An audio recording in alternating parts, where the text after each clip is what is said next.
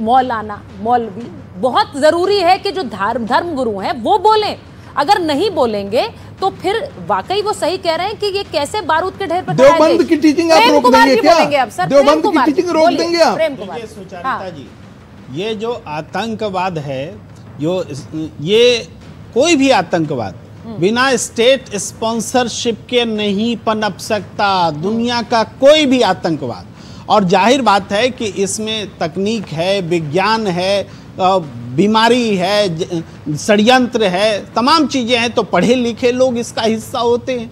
सब कुछ बम बनाना है आजकल, तो भाई जाके ट्विन टावर उड़ाए बिना ज्ञान के थोड़े होगा। तो ये स्टेट स्पॉन्सरशिप जो है, इसको हम लोग बातचीत में कहीं छोड़ रहे हैं।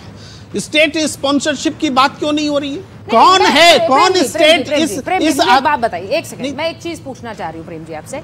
जब ये नेता ये बोलेंगे कि ये मुझे बताइए, भटका हुआ व्यक्ति था ये उमर, जिसने आतंकी हमला किया, फिदायीन हमला किया, भटका हुआ था? देखिए, ये हमारा या किसी का आइकॉन तो नहीं है ना। नहीं, मैं सिर्फ ये पूछ रही हूँ, ये भटका हुआ युवा है क्या? हम नहीं है, ये बोलने में आपको इतनी दिक्कत हो रही है? समझाना पड़ेगा। नहीं है बोलने से समझाना पड़ेगा, मतलब ये बोलते हुए ये भटका हुआ नहीं है सर, ये आतंकी है। और ये अगर आप मैसेजिंग देंगे कि तो भटके हुए, तो मैं तभी तो पूछ रही हूँ ना, मैं बोल रहा हूँ ना। देखिए, जब हम इसको भटका हुआ बोले या हम उस पर बात करें कि किसने बोला, ये सब छोटी छोटी बातें हैं। बड़ी बात है कि इसका कौन है, किसने आतंकवाद को संरक्षण दिया। स्टेट स्पॉन्सरशिप में बोल रहा हूँ ना। आप पाकिस्तान का नाम लेने में डर क्यों रहे हैं भाई? पहले चीन का नाम लेने में डरने लगे थे, अब पाकिस्तान का नाम लेने में डरने लगे हैं। अरे ये पाकिस्तान स्पॉन्सरशिप है कि स्पॉन्सर्ड है कि नहीं? आप हाँ या ना बोलिए। एक मिनट बोलिए प्लीज। शहजाद जी जरा बताइए। नहीं, आप बोल दीजिए ना, पाकिस्तान स्पॉन्सर्ड है कि नहीं? छोटा मुद्दा है भाई, पठानकोट पाकिस्तान स्पॉन्सर्ड था कि नहीं? मुद्दा है। एक सेकंड देखिए, अब प्रेम जी शायद भूल गए कि 26/11 में आतंकी पकड़ा गया था अजमल कसाब, फिर भी बोला हिंदू टेरर।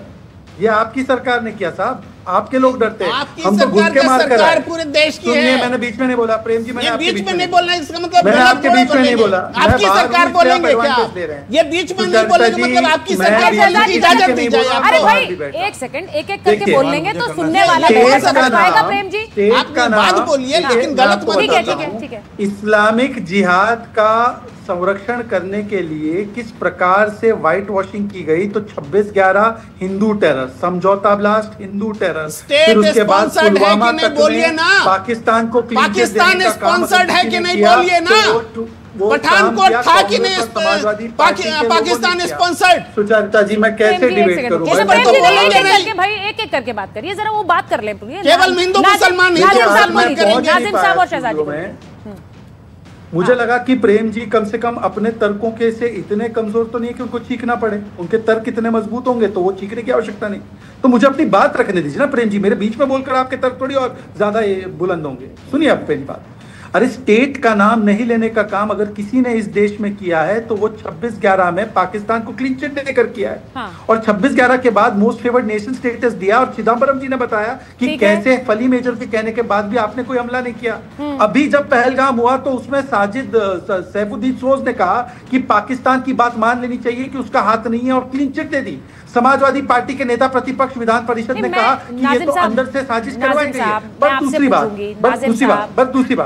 दूसरी बात शहजाद, मैं एक बार नाज़िम साहब से एक रिएक्शन ले रही हूँ। 20 सेकंड बस उन्हीं के पास। ठीक है, बोलिए। 20 सेकंड। एक लंबे समय तक एक इकोसिस्टम ये था जो 3 बातें कहता था: गरीबी की वजह से आतंकवादी बनते हैं, परिस्थितियों की वजह से आतंकवादी बनते हैं, और प्रताड़ना की वजह से। मैं 10 सेकंड लेना चाहता हूँ। हाँ। गरीबी की वजह से आतंकवादी बनते तो 4 लाख कमा रहे थे। ओसामा बिन लादेन तो बहुत पढ़ा लिखा और बहुत ही सशक्त था। दूसरी बात, परिस्थितियों की वजह से तो कश्मीरी पंडित ने तो कभी बंदूक नहीं उठाई। और अब कहा जाता है प्रताड़ना की वजह से। तो भाई, सिखों से ज्यादा प्रताड़ना नरसंहार में 1984 में किसकी हुई?